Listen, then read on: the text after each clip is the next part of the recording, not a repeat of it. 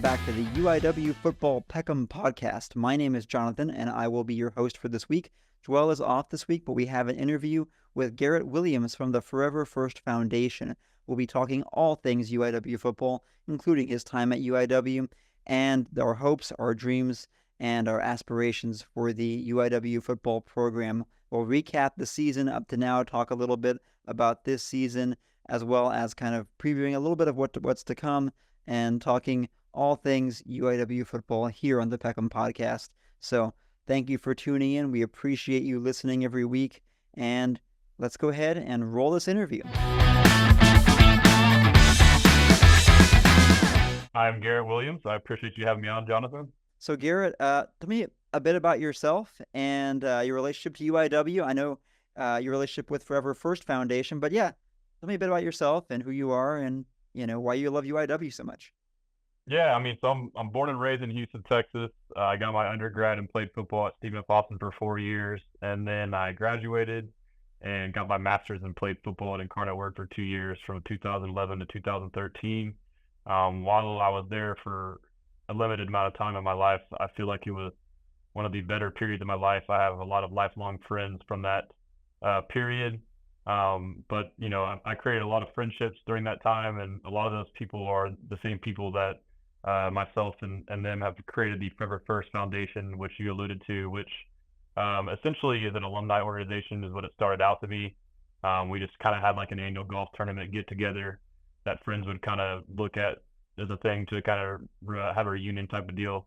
And, one year the person that was planning it was out of pocket, and so I kind of stepped in to do it. And then next thing you know is kind of a natural progression of making this thing bigger and better and legitimate.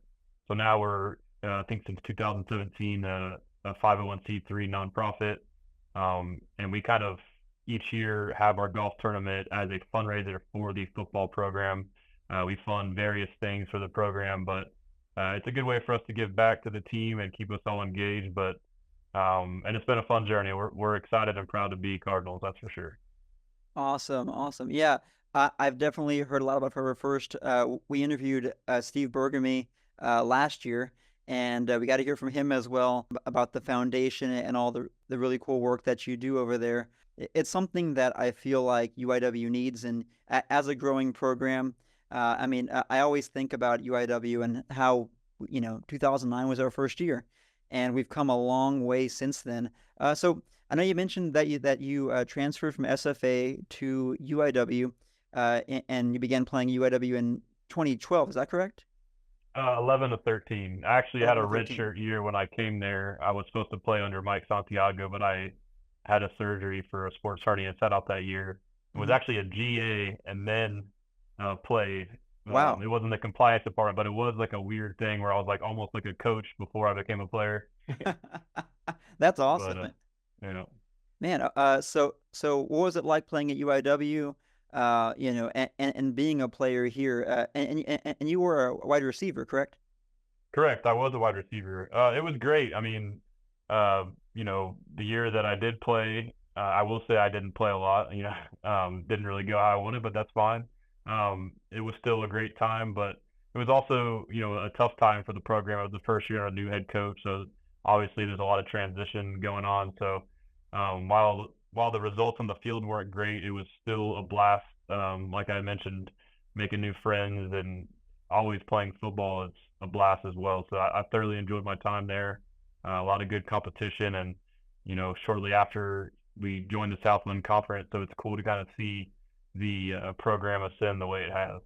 Oh, definitely, and especially seeing UIW go from Division II all the way to FCS. And I remember when I was at UIW, we were D2 that first game against Monterey Tech, and then we, kind of seeing it grow from that to being FCS, being in the Southland, Division I, and it's just been crazy to see the growth of the program, and then also kind of hear about your time there at UIW as well. And so I know you mentioned Forever First as well, and so can you kind of talk about the mission of Forever First a little bit? I know you touched on it a bit with the golf tournament, and that's one of the biggest events that y'all do. And feel free to plug that as well, because I know that that's a huge event for y'all. But yeah, just a bit about Forever First and the work y'all do there. Yeah, so I may be a little bit rusty, but our kind of promotional piece is the the three pillars, FFF.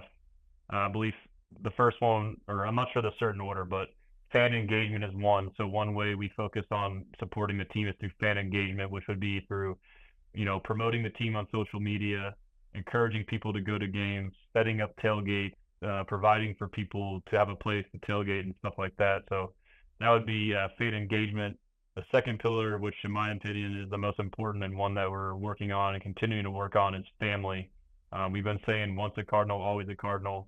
You look at these other various big programs like A&M, they got the Aggie Network. It's very tight knit group, and our take is it's a very obviously there's only so many athletes per year, but we should be looking out for each other. You shouldn't just come to Incarnate Word and then act like you never went there again. So, and that's kind of how we have the golf tournament. We encourage alumni to come back, and then also, like I mentioned, fan engagement, come back to the game. So, but the family part too also goes, for players that are either in school or about to graduate. One example is Lindsey Scott Jr. With this family pillar, he had reached out to us about an internship while playing still, and he wanted to do it in computer science. So then we went to our network of alumni, asked them, found someone who had a connection, and set him up with the potential internship. So that's one part of it too, is for the current players, finding ways to help them in their careers, whether it's referrals or just giving advice, on how to interview, networking, all that good stuff. So that's something that we like and we continue to try and build. But then the last one is financially. We give back financially in various ways. Initially, I think our first year we raised $20,000 in 2017, and that went towards a nutrition station. And so we're kind of finding our way as it goes as to where these funds are specifically allocated. But we do emphasize a lot of that on team-wide stuff. Like we still do nutritional stuff. We'll do team gear. We'll pay for like meals during the season, late in the year, like pizza parties, stuff like that. Or if they go to the movies, we'll fund that. Or even in the off season, there's like a team cookout barbecue, we'll fund that.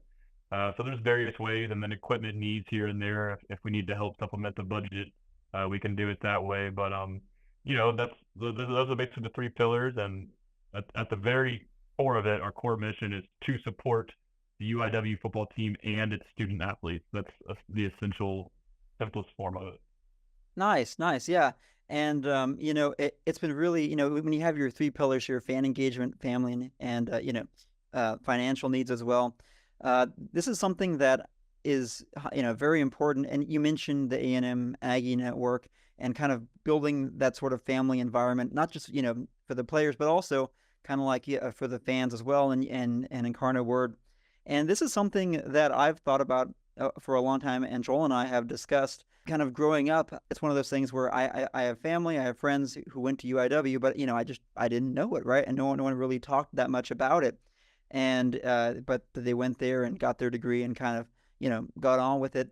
And I know I'll never forget. I think it was 2000. It was somewhere in 2000. Well, it was after I was there. They made it was a UIW commercial, and somewhere in that commercial, the statement was, "Get your degree, get on with life." And I was like, all right, I'm not sure how I feel about this being our official slogan, because I mean, while yes, UIW is a wonderful place to get a degree, and I'm very happy for my education that I got there, I also feel like that there's so much of a culture that we're kind of missing out on if that's all we're emphasizing. And if we're thinking about fan engagement and about student engagement, and even thinking about alumni, so I'm currently doing my PhD in higher education administration at Texas Tech right now, finishing it up. And one of the things we talk about is alumni engagement and how important that is for alums to feel like they have this sense of belonging at their university, and that they have a tie to their university. And eventually, and this sounds funny, but like eventually, if they feel this tie, they are more apt to kind of stay around and want to support their institution after they graduate. And so I think the work that y'all are doing on that is highly important. And I know we were talking beforehand about this as well, but what is one thing that if you could just, and this is kind of getting into our Hilltop Heat segment here, I guess, a little bit early, but if you could wave a magic wand and change one thing, or improve one thing about not just UIW athletics, but just UIW, the culture, or any part of UIW in general. Like, I think my last one was, I wish we had a bigger jumbotron. Like, I wish our jumbotron was bigger. I agree. Because I think we've been using that same one since I was there. So that was my heat. So something like that. What's yours for the week? Well, I think I got to go with the very topic we're talking about. And then I should note one thing, too, about the Very First Foundation is we started out as an alumni association, but we are not exclusive to that. So basically, any supporters of Incarnate Word athletics, specifically football, but Incarnate Word in general, we're opening to have the quote-unquote members are involved. So, but to me, that's what it is. I would make it a two-headed spear here. It would be student body engagement and alumni engagement. And, we talked about the importance of alumni engagement and understand the challenges with it. I think specifically at Incarnate Word, it's a very unique task. I feel like it's almost like a commuter school. You kind of have some locals who kind of just go to school and go back home or something like that. And then you do have a lot of international students, so it's kind of hard to keep those ties there. But the one thing that reigns true, or I guess the one thing that's like your rock solid foundation is athletics. Most people that come to Incarnate Word for athletics are good candidates to keep pride for that school, because not only are you a student, but you're a student athlete and you put a lot of blood, sweat, and tears into your time there. So, I think, retaining that, and this is also now another tough challenge with the advent of NIL and transfer portal.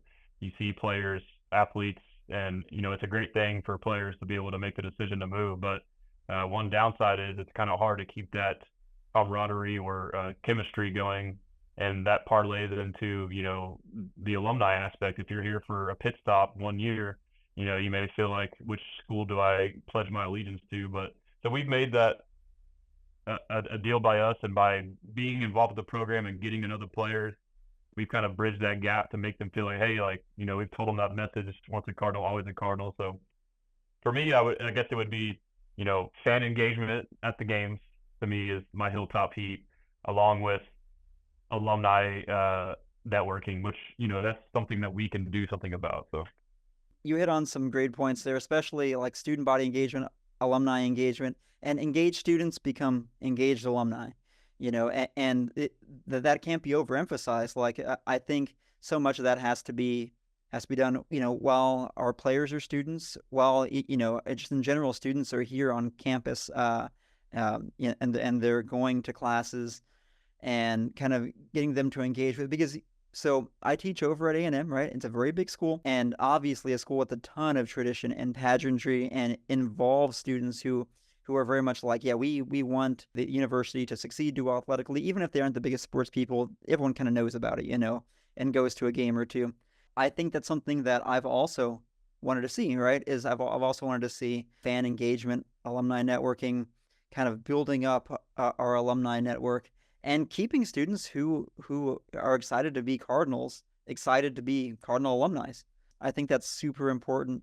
And it's awesome hearing the work that y'all do over at Forever First to engage our student athletes and to engage our student body in general. School pride, that's my Hilltop heat. School pride. It's something we're lacking. You mentioned A&M, like the pride for anyone who is at A&M or went to A&M, the pride is tremendous. Mm-hmm. Whereas, Incarnate Word, like I feel like it's lacking in that regard. Yeah. And I feel like it would be severely lacking if there wasn't the success of athletics. Now we have a sense of pride when we see our team on TV and football doing good in the playoffs, mm-hmm. or basketball having to do good, et cetera. So I think, it's very important to capitalize on that right now with the football team having the success that they've had, to get that pride up while things are good. I cannot agree more. Yeah, I remember when we were in the playoff with Lindsey Scott. I remember going to the party over at Smoke and being out there and seeing UIW and all the screens. I'm like, man, that's what would I like to see. Seeing the fans engaged, and yeah, success has a lot to do with it. Like, we're being very successful athletically, but I think it has to go beyond that as well. And my Hilltop heat is going to be this, by the way. It's just going to be that I want to see the UIW name out there more in the community. If I'm going to a restaurant in town, especially if it's close by UIW and the game's on, I'd like them to be showing the game. Or at least have them change and put the game on. Because I've even been to restaurants close by. I'm not going to drop any names, but I've been to restaurants close by and I've been like, hey, can you put the UIW game on? And they were like, the UIW game? No, we have the UT game on here, so we're going to leave that on. And I'm like, all right, just one TV. It's all I'm asking for, you know? Yeah. So, you know, so I think having stuff like that, I think it's a small chip in being able to build up some of that pride is students being able to see the university out there more. And like you said, I think that is that's something that's good to see. But I also, yeah, I completely agree with you. That kind of ties into pride. I mean, have Yeah, pride to put it up on the TV. Like, if you don't care about it, then you won't really show it, exactly. All goes hand in hand. Exactly. So, yeah, okay, well, awesome. The rants are over, so let's go on and let's talk a little bit about this season so far. What have been your kind of observations for this season that you've noticed? Some things you like, some things you think need to be improved, what are your thoughts so far? I know we have a bye week this week before we pick up with our next game in Benson. So what are your thoughts at this kind of, I guess, quarter mark in our season? I would say it's been challenging. I'm friends with Coach Killo and know a lot of the staff and know a lot of the players. I will say first off, the staff is incredible. I think it's one of the best staffs in the nation. A bunch of young, energetic guys. The main thing is they care about their players. And then also the players that they've recruited to come there. We had some of them volunteer at our tournament, and I've had conversations with them over the years. And it never ceases to amaze me how impressive these young men are. I mean, they're some of the most mature 20-something-year-olds. I don't know if that's just the nature of the new college environment with NIL and transfer portals and them having to make decisions, or if it's just, maybe it's also they just happen to seek that out in players they recruit. But so with that being said, they've built a lot of character on the team. And obviously last year, it was tough getting snubbed for the playoffs, and expectations were high. And we can all say that we think that we did not reach those expectations. But I think it's one of those things that is a silver lining is for the better this year.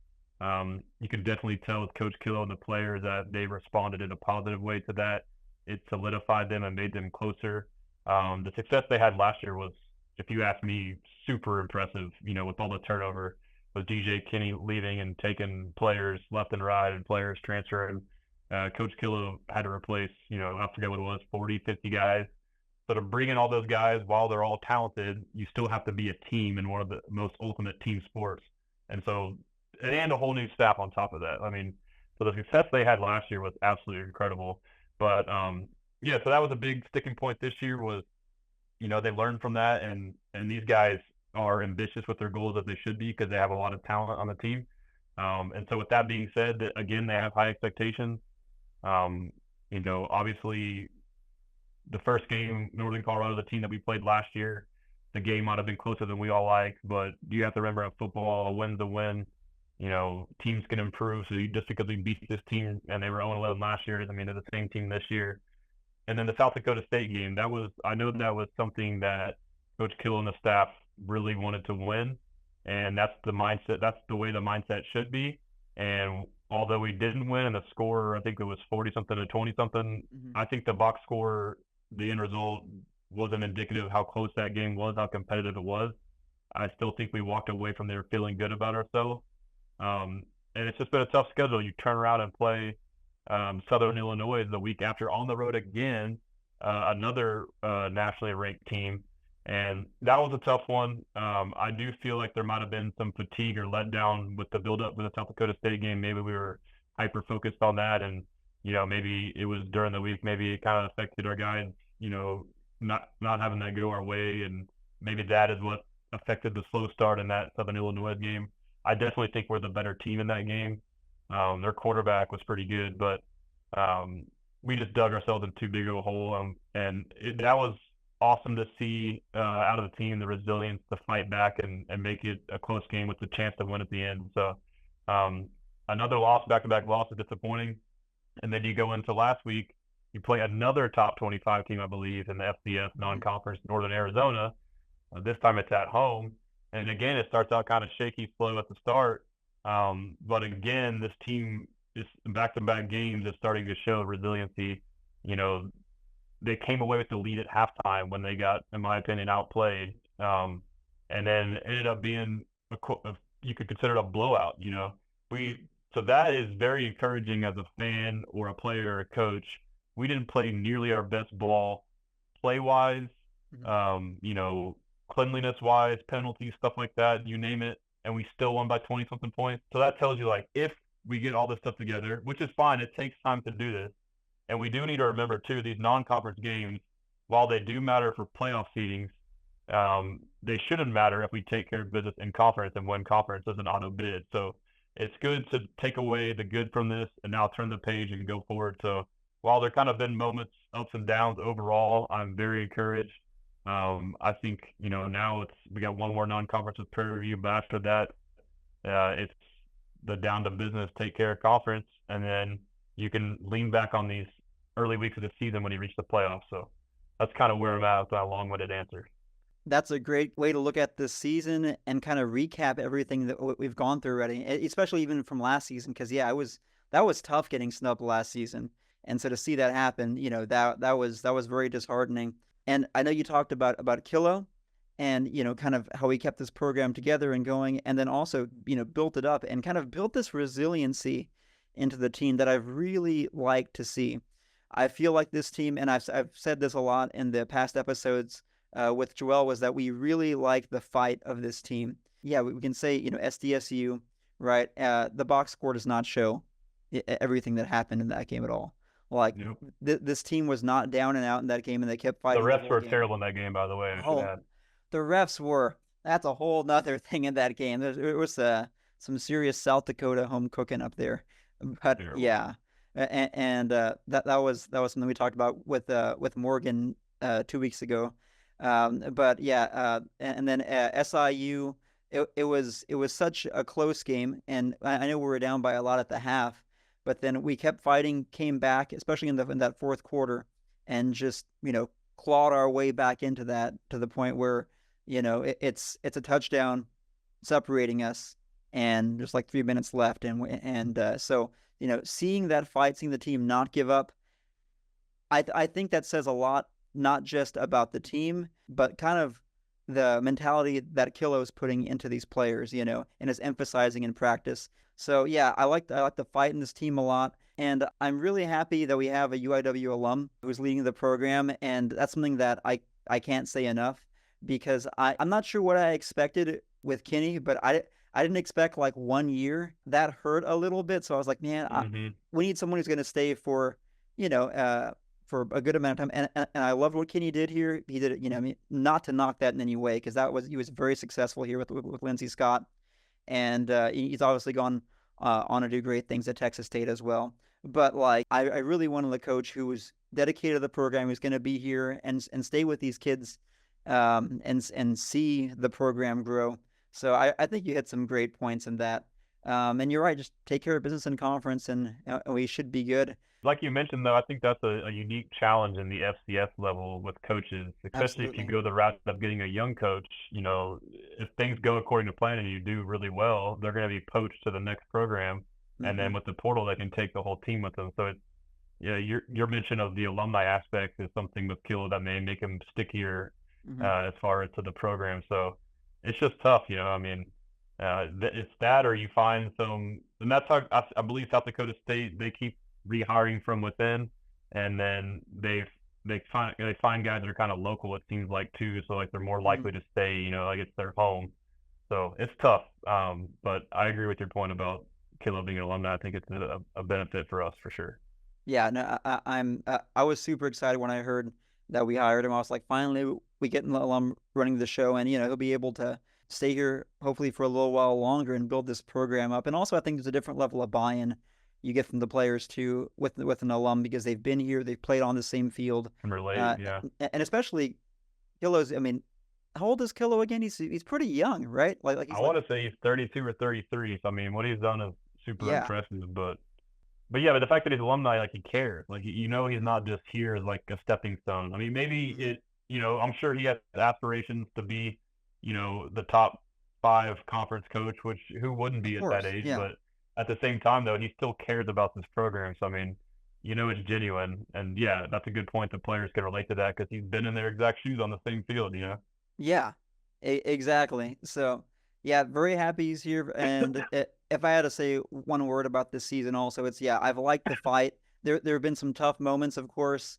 When I heard we weren't going to play any, I guess like big money games, like the any big FBS versus FCS matchups. I was like, whoa, that's interesting. But then I heard we're playing SDSU and SIU, and I get that mentality of, especially after last season, kind of trying to prove that we can hang So I in don't know there. if the schedule was made or adjusted after last year. Mm-hmm. And shout out Richard Durant. I think Oh he's probably yeah, one of the best FCS athletic directors in the nation. I want to say that we won absolutely. the Commissioner's Cup in back-to-back years, which is basically, how good your programs are overall. I mean, I feel like he does not get nearly enough credit for the work that he's done, but I believe he's responsible for the schedule making. And if there were adjustments made, I totally get it after last year to that snub that we mentioned. We were snubbed because of our Mm-hmm. non-conference. So he said, okay, if we're going to get snubbed, next year, it's not going to be because of the schedule. And so obviously we lost 2 of those. Obviously, it would have been great to win that SIU game, but hopefully they factor in the close score, and then hopefully it's not just a box score looking at the South Dakota State game to like see we hung with them. But that's Yeah. why the NIU win was huge. But I believe I saw our schedules in the future. We will have some of those big money games. I Mm-hmm. think it's what he's going to do is the right way. Is have a good mix, have 1 or 2 big money games to help fund your program, 1 or 2, pretty good non-conference games to be a measuring stick come playoff time. So, but yeah, I mean, I like the schedule. Yeah. I think it was a really cool move, and yeah, whether it was adjusted after or before, I think it ended up working out. But yeah, no, definitely. Okay, so we got one. Actually, no, I guess 2 more points. But the first one is based on the play from the previous week, which was against NAU. Who is your Benson badass of the week? Who's the player who you think deserves to be like the player of the game? That's a easy answer. My Benson badass is DeKalen Taylor, 100%. He had a 97-yard touchdown run. I don't know if Hmm. that's a record. If it's not, I don't know how. 98 or 99. But and he is, when I talked about, this team having a bunch of like great young men, like respectable, upstanding young men, he is one of them. He's someone I talked to at the golf tournament and I've kind of been blown away by his demeanor, how mature he is, his positive outlook. He's a track guy. He runs indoor track in the spring, and I want to say he like won conference. So I mean, he's got track speed. I actually texted him after the game, like tell him congrats, and he said, "Yeah, it's nice for me to finally showcase my speed on a football field." So I mean, to really show his track speed, you got to get out in open space with a lot of room to run, and there wasn't anybody close to touching him. And I mean, his stats: he was 17 carries for 184 yards with 10.8 average yard per carry with 2 touchdowns. I mean, that's just incredible. I'm super happy for him. Taylor went off this past week, and I mean that stat line you just read out kind of says it all. But I mean, watching it is something else. Like watching that game is just yeah, it was fun to see, especially in the second half. Kind of our defense kicked in, and we just blanked them in second half. They didn't score a single touchdown or any points at all. But yeah, awesome, great pick, great pick. And the next one we have is the Incarnate Elite. So we talk about best UIW football moments. That's the topic for this week. Our last one was best places to eat and drink on campus or around campus. But this one for this week is yeah. What are some of the best UIW football moments for you?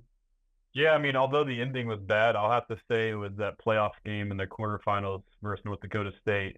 There was a group of 4 or 5 of us alumni who made it from the First Foundation, and we were able to be on the sidelines for that game. And it was a raucous environment, and we got up a big lead early, Mm-hmm. and really had control of the entire game until late. And then, you hate to sound like a sore loser, but there were some calls in that game that were absolutely terrible. A fumble that Absolutely. was, I believe they fumbled and they didn't call it a fumble, or vice versa. Basically, where we should have gotten the ball late in the game. But yeah, being on the sidelines for that game, watching those players make those plays on that stage, And then, we were in the national spotlight. Some of the calls were so bad that it trended on social media. So it was great to see the pub for us. Obviously, we lost, but it was still the furthest this team has gone and has kind of set the standard and the bar for this program going forward. So that's by far my favorite experience or moment. That was a very, very good game, and I loved watching it. And I remember, so I wasn't at the game. I was over at the smoke watch party, but man, it was packed. The environment was going crazy with the UIW fans when we were doing, or when we were up. I think, what was it, like 20, or was it 20-0 or something like that? We were up by so much in that first quarter. Yeah, there were some questionable calls. I remember everyone was like yelling at the screen. Yeah. The quarterback in that game, I forget the stats, but he was like 1 for 7, something. Yeah, like his stat line was absolutely terrible. I'm like, how did we lose this game when this quarterback couldn't even complete a pass? But then you see him play this year against Colorado. They almost beat him, and he like lights them up. Yeah. I mean, that to me was like cool to see. Like, okay, like obviously he's improved, a different team, but like, hey, like we shut this guy down a couple years ago. Exactly, and yeah, I think that's it's interesting to see because Lindsey Scott he went off that game, and he went off every game, Yeah. And to see their own QB not go off, but them still pull the win out somehow, over in North Dakota. I don't know about the home cooking. Yeah, there were terrible spots. I mean, I was on the sidelines. Like I would see like us get a first down and then spot it and be sure. I'm like, I'm literally standing right down the line.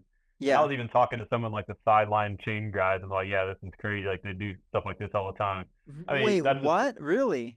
Yeah, so I think it's the Missouri Valley Conference that refs that game, and I don't know if that's the same conference they're in or if it's like a neighboring conference. I may have gotten the info wrong. I think it is.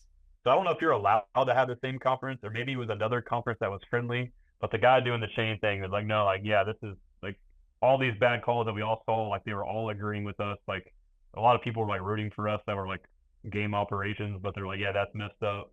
Yeah. I mean, it was bad, man. Oh my gosh, that makes it even worse. I feel like because it's bad, like you're able to hear this perspective from them, and and again, that's just one personal. It doesn't mean that stuff actually happened. That's just someone's opinion, Yeah, still. True. Yeah. Oh man, yeah, and they are in the Missouri Valley Conference. If that happened, that shouldn't be allowed. I mean, obviously you're going to show favoritism to your school's team. I mean, that should not be allowed if that's the case. I mean, I don't know. No. And, seeing how it was shown just this year against SDSU, I'm also like, I don't know about that. I'm not sure about the Dakota schools. Terrible calls in that game. And then, like, I hated, like, how, Coach Killer was depicted. Like, I'm sure he'll tell you maybe he regrets being animated as he was on TV. But, I mean, if there was ever a time to be justified, he was justified the entire game. Like, some of those calls in that game were just absolutely egregious. Like, I was doing the same thing at home. It's like I was getting hyped up seeing them doing like, like let them know this is BS, man. Like they were like, that was tough. Yeah. Again, they beat us. You don't make excuses, but I mean, officiating in that game was, I don't know which one was worse, that one or North Dakota State, but it makes you think.